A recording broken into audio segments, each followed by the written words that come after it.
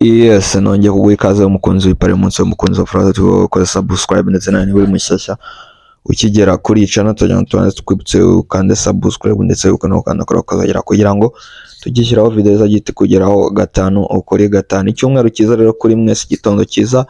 Nizere ko ibintu bikomeje kugenda bigenda neza, abo twakoranye ku munsi w'ejo, aba bakoze prediction, abifashije prediction twabaye hano ku ipari y'umunsi, ndetse by'umwihariko nabo twakoranye kuri gahunda za correct score kuri WhatsApp, ndetse nabo twahaye deals zisanzwe muri groupe, nabo ibintu byagenze neza, icyumweru kimeze neza cyane kabisa. Nuko twinjira rero mu ipari yacu uyu munsi, tariki ni ya mbere z'ukwezi kwa mbere, umunsi mwiza w'intwari kabisa, umwaka wa 2026.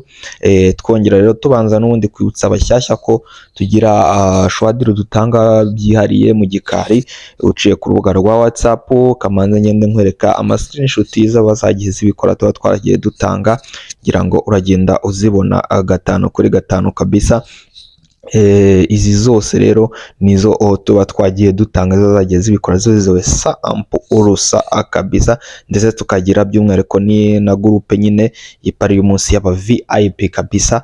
Uraza rero ukatwandikira kuri nimero ngiye kugushyira kuri screen yawe, ubundi tukakubwira ibisabwa kugira ngo nawe utwiyungeho kabisa, ibintu bikomeza kugenda bigenda neza cyane. Nimero ni iyi ngiyi rero, utwandikira ku rubuga rwa WhatsApp tukakubwira igisabwa kugira ngo nawe tujoyininge kabisa. Hanyuma fata agakayi kawe n'agakaramu rero dutangirana na prediction zacu z'uyu munsi kuri iki cyumweru. Ni muri weekend, murabizi n'ubundi amashampiyona menshi arabamanuka, kandi twanya tukwibutsa ko buri shampiyona ishyira ku ipari yayo. Ibyo byose bimaze kuba ibisanzwe. Hanyuma duhereye n'ubundi muri Premier League, nka shampiyona ya mbere ikomeye ku mugabane w'i Burayi, ni ku isaha y'isa 10, ni ikipe ya Manchester United imeze neza kabisa, nyuma yo gutsinda ikipe ya Arsenal kabisa. Iraza kuba rero igiye kuba yakira ikipe ya Fulham, ni ku isaha y'isa 10.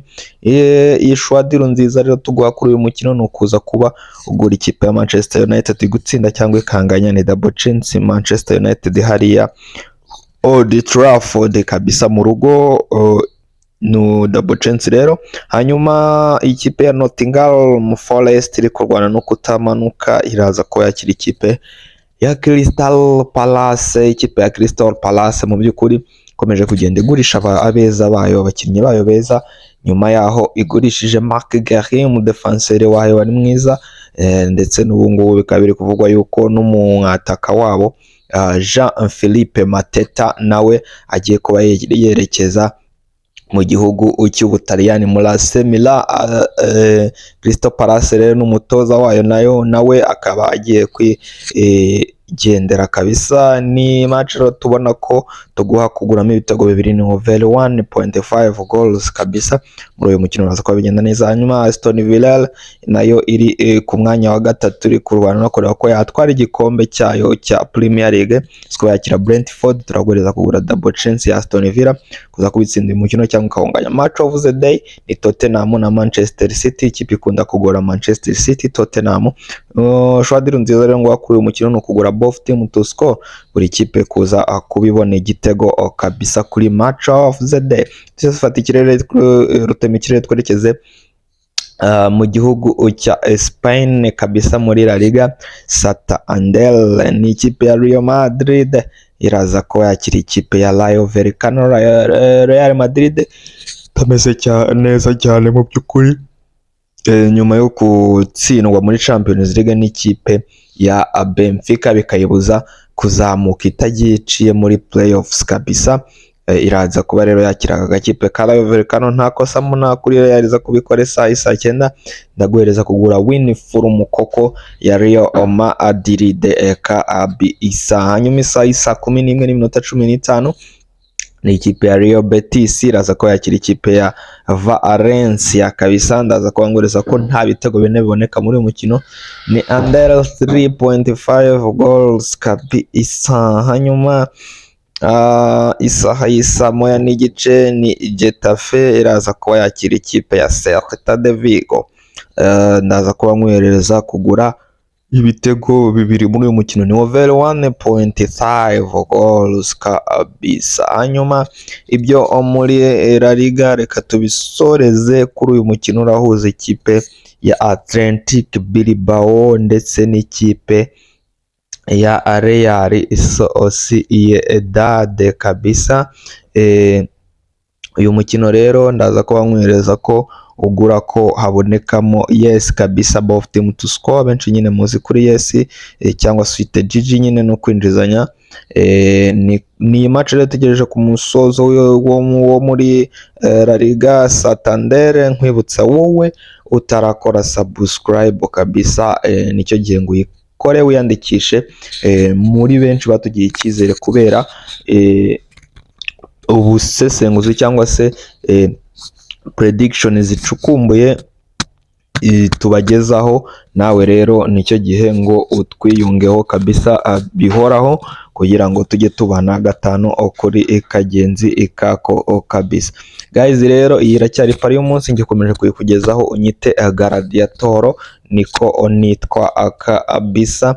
Turakomeje rero, reka duhite duhindura page, duhite twikubita mu gihugu cy'Ubudage. Ni muri Bundesliga hari match zigera kuri ebyiri gusa.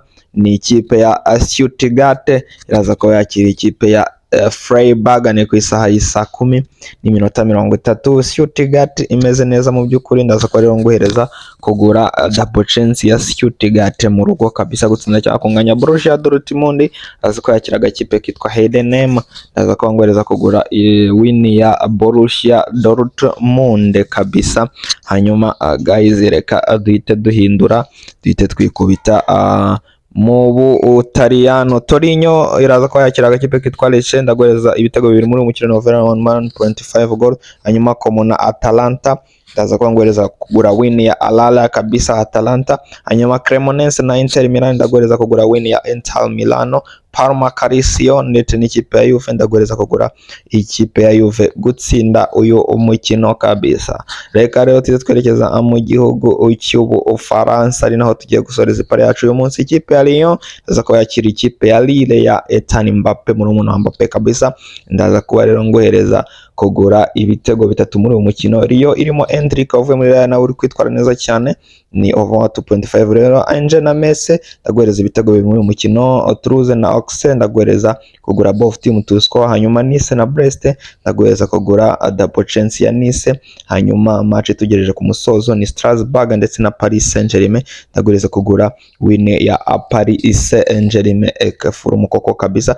Guys rero nuko dusoje pari yacu uyu munsi, reka nongeye gushimira wowe wayikurikirana kugeza kuri uyu munota. Imana ikomeze iguhezagire kabisa. Hanyuma ngiyewe wumvaga ndi Gladiator, nimero twandikira kuri WhatsApp tugagufasha by'umwihariko niyo ngiyo. Dusubira ubutaha, ciao ciao.